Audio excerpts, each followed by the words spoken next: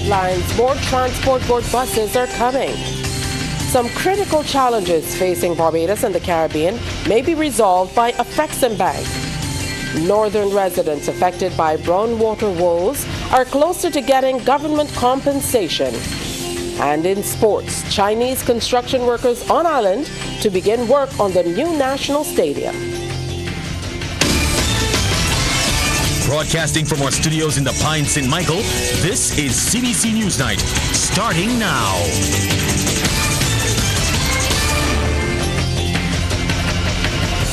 Good evening to you and welcome. Thank you so much for joining us. I'm Tishia Hind with the details. Good news for Barbadians tonight. Government has started the process to purchase additional buses to further augment the Transport Board's fleet. The announcement was made by Acting Prime Minister and Minister of Transport and Works Santia Bradshaw, who says government continues to answer the call for more buses. She was speaking at the St. Thomas Ideas Forum held at the Lester Vaughan School. The buses are coming. The 30 buses that we have purchased will be here. I'm told they're to arrive the 8th of April. We have to get the charging stations put in place once they come in. But I know that Sturgis and all of the other locations in this particular parish have been calling out for us to be able to get some easements. I see you from St. Andrew obviously raising the call for buses.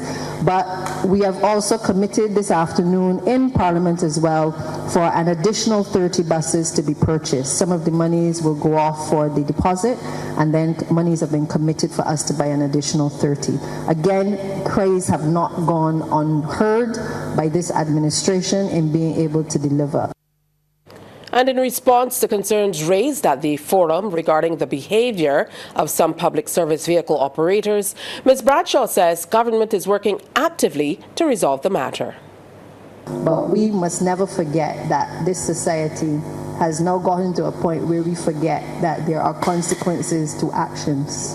And whether it is the PSV sector, whether it is what we see in our communities in relation to violence and drugs and all of these other things that have crept in, the fact is that we need to start talking about consequences, because it is only when we talk about the consequences that people are, in particular our children, start to understand that their actions have consequences, not just on one individual, but on an entire society.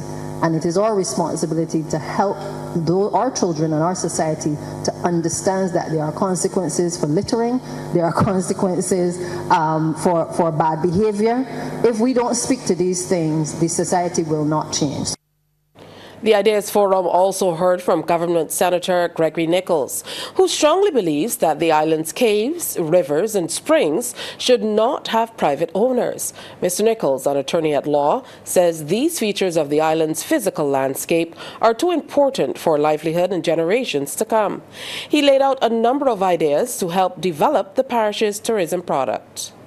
So that we need to start looking at ways in which we create these as a zone within the National Heritage Park. And I want to see the Ministry of the Environment and the powers that be start treating the National Heritage Park in Barbados much more seriously, so that somebody can't come and say, well, I bought the land where this river or this spring is, and exclude the residents and other people from accessing them. These are things that are very, very critical for our environment and for our livelihood. Pori Spring is another area that can be developed. Now to an exclusive CBC story. Some major challenges facing Barbados and the Caribbean could be resolved by Afreximbank. It is working to lower transaction costs for intra-regional trade while also reducing the region's dependence on the US dollar. Crystal Hoyt has more. Afreximbank, in partnership with CARICOM Central Banks, is working on a cross-border payment system to reduce the region's reliance on the US dollar and preserve international reserves. Acting Chief Operating Officer of Afreximbank's CARICOM office, Okechukwu Ihaijerika, outlines the challenge. I know it's difficult going from Barbados, for instance, to Trinidad, that you can go in there and buy goods with Barbados dollars and pay, and the person who is selling in Trinidad, for instance, is getting TT dollars. is practically impossible as we speak. That's one of the challenges. He says that Africa has already successfully tackled this issue, and the Caribbean is now looking to replicate that model. The Caribbean payment and settlement system, which is now aligned to the Pan-African payment and settlement system. And what this will do will be to help create a platform that somebody can buy goods in Bahamas and pay in Bahamian dollars, and the person who is selling the goods in Guyana receives Guyanese dollars. And that emphasizes the current focus of USD as the only currency of trade within the region. The chief operating officer notes that given the challenges of accessing US dollars, solutions like this are not only welcomed, but essential. Crystal Hoyt, CBC News. Well, thank you so much, Crystal. Now, just letting you know, we'll tell you when that full interview during In the Know with Crystal Hoyt will be aired right here on TV8. It should be coming up a little later tonight.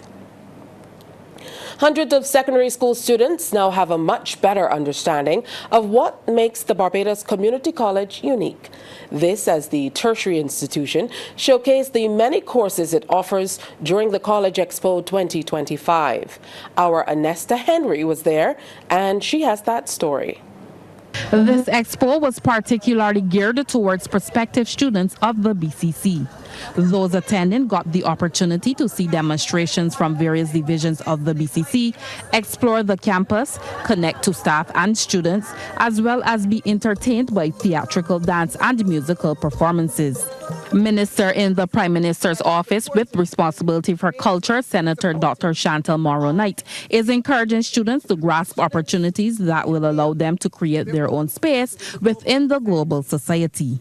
Who are going to be able to make sure that they can actually apply the skills and the knowledge that they have gained throughout their school experience. Meanwhile, Principal Annette Allen says the annual expo is the perfect opportunity for the college to display its 90 distinct programs, the majority of which are 2-year associate degree programs. Ms. Allen says the expo is also designed to remind potential students that education is not just about academics. It encompasses who we are as a people, as Barbadians, as Caribbean nationals as well, or as persons from the international arena as well. And the students were very excited to tour the displays. Allen's student Raina Howell says she is impressed with the cleanliness of the college's surroundings and the academic offerings. My favorite part so far was the ambulance. That was my favorite part. It was really nice, and I just can't wait to see go around and to see the stuff that they provide and they teach at the school, because I'm thinking about going here or UBs. But mostly from being here today, I think I'm going to go BCC.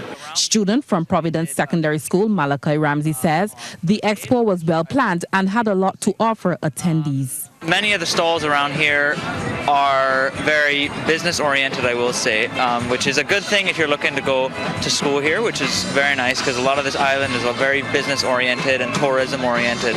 So I'm very interested by it and all of this. I'm hoping that it will help me with my future. Springer student Kazana Whitford agrees that the expo gives students an opportunity to learn much about different career opportunities. Because it has a lot of career paths and options, and say you don't know what you want to do it, at least you have people that will support you and help you choose. The expo was supported by the Barbados Chamber of Commerce and Industry. Anesta Henry, CBC News.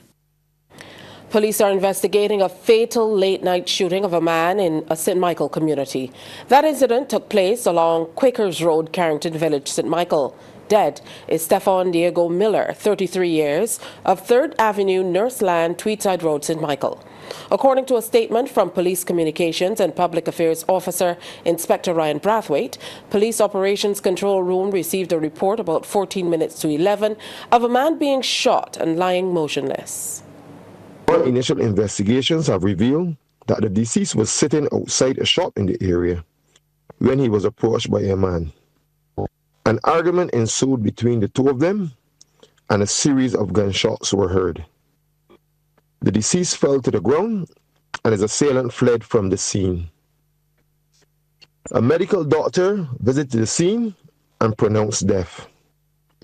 Investigations are continuing into this matter. We are appealing to anyone who may have witnessed this incident or have any information that may assist us to please contact the Crime Stoppers hotline at 1-800-8477, Police Emergency at 211, or the Criminal Investigations Department at 430-7189 or 430-7190. Well, coming up, northern residents affected by brown water closer to being compensated. Residents of St. Lucie and some parts of neighboring St. Peter impacted by brown water woes are one step closer to being compensated by government. Money has been approved by the lower house of Parliament to facilitate ex gratia payments. The funds will come from the $55,742,814 being provided to the Office of the Prime Minister from the Consolidated Fund. Minister in the Ministry of Finance and Economic Affairs, Ryan Strawn, made the disclosure during parliamentary debate in the lower house. He says money will also go towards accelerating the mains replacement program in the area, along with the Division of Culture. These sums here, in part, cover those payments as well as monies to the Barbados Water Authority to accelerate those works, as well, sir, as to commence the works in Bailey's Alley with a similar situation. In addition to that, sir, the additional resources being placed with respect to the Division of Culture, as you would appreciate, sir, we have a couple of significant programs taking place this year. One is the regathering exercise, sir, and the other is the Carry Festa program, which will be executed in August of this year. The National Cultural Foundation will be executing those programs on behalf of the Government of Barbados, and we are advancing resources with respect to being able to cover those particular costs, as well, sir, as $1 million allocated for the independence celebrations later this year. During the debate in Parliament, we also heard that Barbados, though classed as a small island state, possesses large ocean resources. Given this, Minister of Labour, Social Security and the Third Sector, Colin Jordan, says this resource is important to international trade and economic activity. For small states like Barbados, it is important that we have the regulatory framework built around our ocean resources so that we are able to address matters like the resources that lie in terms of fishing. We are able to address matters with respect to things like international trade. We are able to address any minerals that may lie in our waters and in our seabed. The Barbados Revenue Authority has officially launched the 2024 tax filing season, with personal income tax returns now available online through TAMIS. The deadline for submitting 2024 personal income tax returns is Wednesday, April 30th, 2025. Senior Manager Headquarters Services at the Authority, Carolyn Williams-Gale, is encouraging Barbadians to take advantage of the annual tax clinics, which started today and will run until May 2nd. We have tax clinics here at Queen's Park again all throughout the week, from Mondays to Saturdays, excluding bank holidays. On Saturdays, we will have, for the 4 Saturdays or 5 Saturdays, 4 Saturdays in April, we will have tax clinics at the resource centers in Rice, St. Philip, Valley Resource Center, and Briar Hall, Christchurch, as well as at our office in Old Town. And for the last 2 Saturdays, we will have our Bridge Street Mall location open to assist persons there as well. Ms. Williams-Gill is also urging taxpayers to double-check their information before filing. She wants them to confirm the accuracy of third-party information, such as income and deductions, as these directly impact tax returns. Over the years, what we've seen, some frequently occurring errors, and this is in relation to either incorrect banking information, whether they put in the wrong financial institution or the wrong account information. So we're asking persons to double check not even double check, but triple check their information to ensure that the information is accurate. If they're unsure about their account information or banking information, they should contact I'm strongly urging them to contact their financial institution to ensure that the information they have is accurate before they enter in the system and before they go to file. Additionally, there's on the front page of the return, there's information in relation to residency, and persons make an error there where they will select no instead of yes as it relates to their residency for Barbados, and that creates delays in relation to persons getting their refunds. The BRA has also announced that Revenue Commissioner Louisa Ward will be demitting office after 5 years of dedicated leadership to pursue a new professional opportunity. According to a BRA statement, Ms. Louise Ward has been instrumental in driving the authority's growth, strengthening the institution's capability, and positioning the authority as a forward-thinking institution. Under her leadership, the authority has made significant strides in improving operational efficiency, embracing digital transformation, and deepening the commitment to improving service delivery.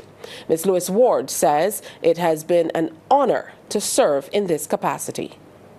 Serving as Revenue Commissioner and working with Team BRA and Team Barbados to accomplish all that we have has been a remarkable experience. Change is never easy, and there will always be voices seeking to delay progress. But the authority has a mandate that must not be derailed by hesitation, resistance, or personal agendas.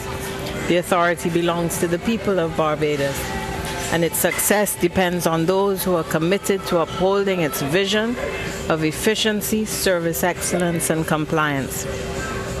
A special thank you to the Honorable Mia Amor Motley, Prime Minister of Barbados, whose undying support has meant that we were able to put the building blocks of transformation in place. The BRA has expressed its gratitude for the Revenue Commissioner's contribution and leadership and extends best wishes for her future endeavors and announces that during the period of transition, Angela Durham will act in the capacity as Revenue Commissioner. Sports Night, brought to you with the compliments of Great Help Works, agents for Omega XL.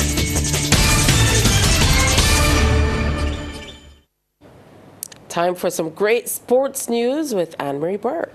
Thank you so much, Tisha. We start with this one. Government has moved a step closer to ensuring that a new national stadium in Barbados is erected, with a date set for the demolition of the current facility in Waterford. CBC's Anmar Goodrich-Boyce has the details. There's good news for Barbadian athletes and track and field fans. The demolition job of the National Stadium will begin on April 15th, paving the way for a brand new facility right here at Waterford.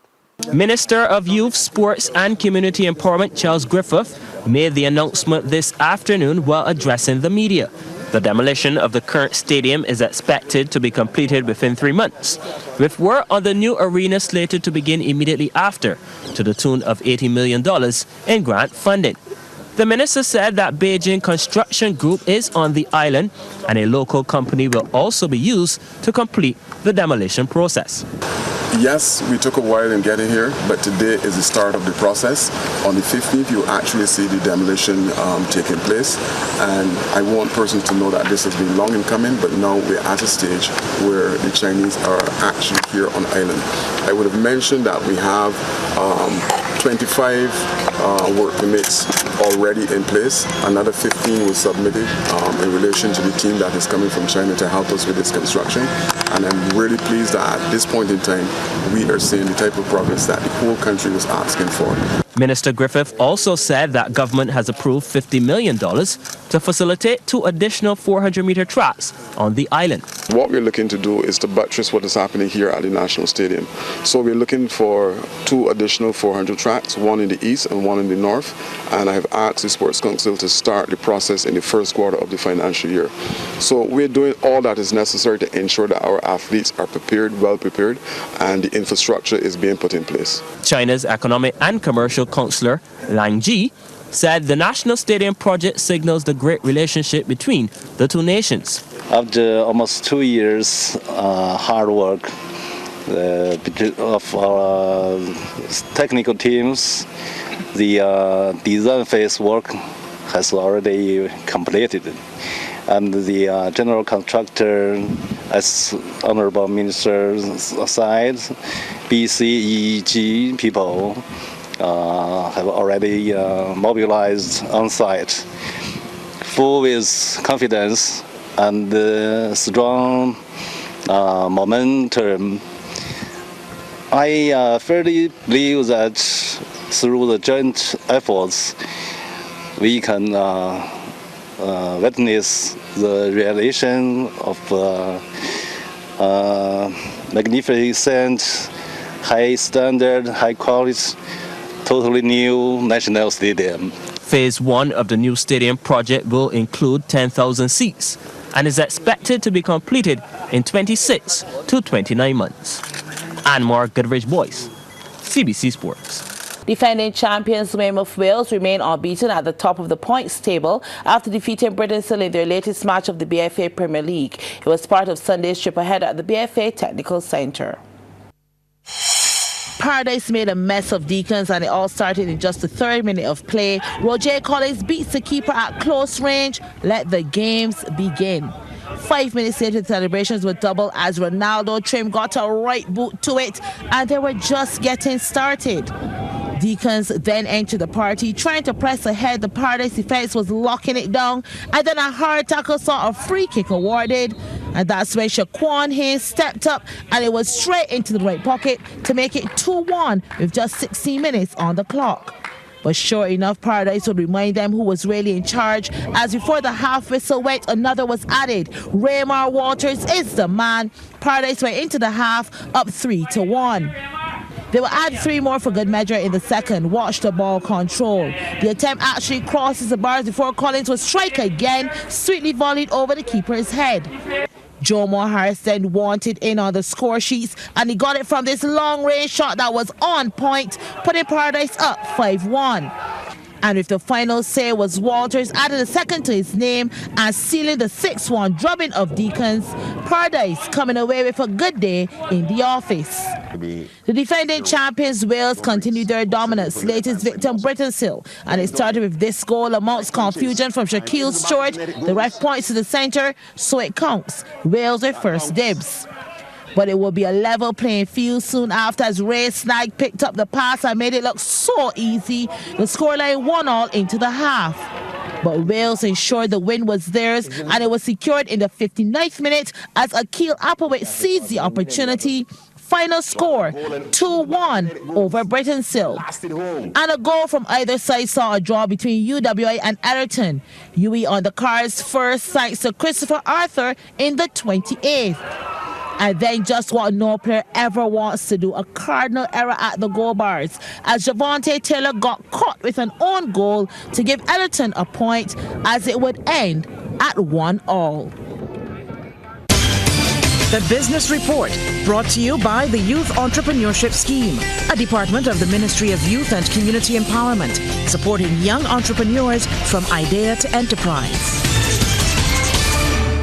Cohorts of the Youth Entrepreneurship Scheme received some timely advice from one of their own. Women's empowerment expert Shamel Rice told the recently held graduation ceremony, entrepreneurship is not for the faint-hearted. The founder and director of Jabez House says simple things also add value. Trevor Thorpe reports. Having walked that entrepreneurship road herself, Shamel Rice told the graduates they are at a critical juncture of their development.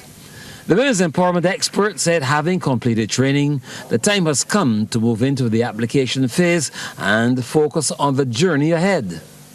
Delivering a heart-to-heart presentation at the Sanders Resort, Ms. Rice added that while some plans may not work out, they shouldn't give up, as nothing is going to be easy. Playing it safe is not always the thing. And sometimes you have to take risks. I would say calculated risk, but risk nevertheless. So be willing to give whatever you commit to your all. There are no you don't get any brownie points for, dimming your light and playing small and pleasing people. No. Every single person has to live their own life. And you have to be true to what you believe you're being called to. She also cautioned them, saying friends and family may try to dissuade them from going after their goals. Even when you have an idea, people who may have good intentions, because I don't think that the persons who were trying to dissuade me, that they had malice in their hearts, that they didn't want to see me succeed. But oftentimes there is the idea of play it safe, don't let shore fall on shore. All those things that people would tell you. No, I'm not telling you if you're working, go and quit your job tomorrow and tell nobody, Shamel, tell me do it. You gotta know. You gotta know. However, what I'm saying is, playing it safe is not always the thing. Personal development was also deemed to be key, and Ms. Rice called on them to keep it foremost in their minds. Graduates, I want to encourage you, if nothing else today, to commit to continuous personal development.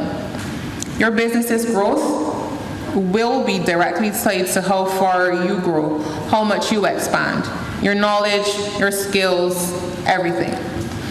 And I'm pretty sure that things I learned 12 years ago when it was yes, really, it can't serve me no.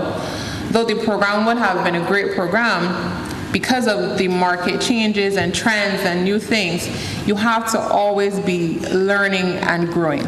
And she advised them to never forget to take time off for themselves. While there is the season for the pushing, there is also a season where a pause will be vital. So keep your vision before your eyes. And if nothing else, I encourage you this evening to look to God always, as He is the one who will give you the wisdom, the strength, and the grace to do it. If you have the biggest vision and you do not have the help of God, you are not going to succeed. All success comes from on high. Keep going and push were the parting words from the JBS House founder and director to the graduating class. Trevor Thorpe for the Yes Business Report. The Massi credit card portfolio is changing hands. A memorandum of understanding has been signed between Massi Card Barbados Limited and Republic Bank Barbados Limited to become the new owners, subject to regulatory approval. A communique from the Massi Card office says cardholders will receive official correspondence containing information about their accounts, and as part of the transition, eligible customers will be offered pre-approved Republic Bank credit cards. The communique says Massi Loyalty Card customers will continue to enjoy Massi loyalty points when shopping at all Massi locations across the region, as well as Massi Loyalty Card partners. Sports Night, brought to you with the compliments of Great Health Works, agents for Omega XL. Back for the second bite at sports. The athletes, students, and coaches of the St. Michael's School were in a party mood yesterday during a motorcade to celebrate their successful capture of the girls' title at the Power 8 Dasani BSAT Championships. The motorcade started at the QEH Delamere Play Field opposite the school and proceeded along Halls Road and Hinesbury Road, rolling through Bridgetown and eventually making its way past the Combomere and Spring Memorial Schools before returning to its original start point. Competing at Usain Bolt Sports Complex last week, the SMS Cougars amassed a whopping 322.5 points, finishing way ahead of second place Combomere on 269 and third place Allen School on 224. Brian, the action man Talma, wants government to join forces with him to promote and execute his organic tourism master plan. The main component of the plan is the Beach Culture World Tour, which travels across the world, showcasing beach culture through a blend of competition or promotional activities, including beach art, music, and other forms of entertainment. Talma says the organic tourism master plan will do wonders in Silver Sands Christchurch area, which has been the base for kite surfing, windsurfing, and stand-up paddling. As I speak, it's very important that we put money back into the area, because what it was, if you look down the beach, there used to be windsurfers all the way down the beach. Nowadays, there's nothing. There's maybe 2 windsurfers on the beach, maybe 2 kites, and today is an amazing day, and this is March. Secondly, we need to promote the island. When I say the island, into these destinations, that's why I've said previously, every major destination, France, Germany, Austria, Hawaii, USA, have given me letters that they want, major organizers, that they want me to come to their events. That's why I'm astonished with the pushback. It's also the International Windsurfing Association said, Brian, they will have me as an ambassador. Also, just got inducted to the Hall of Fame. They said you could be an ambassador for that too, but we need the backing from the government. And that's news. Thank you so much for spending your time with us. We do look forward to having you next time. On behalf of the entire crew, do enjoy the rest of your evening.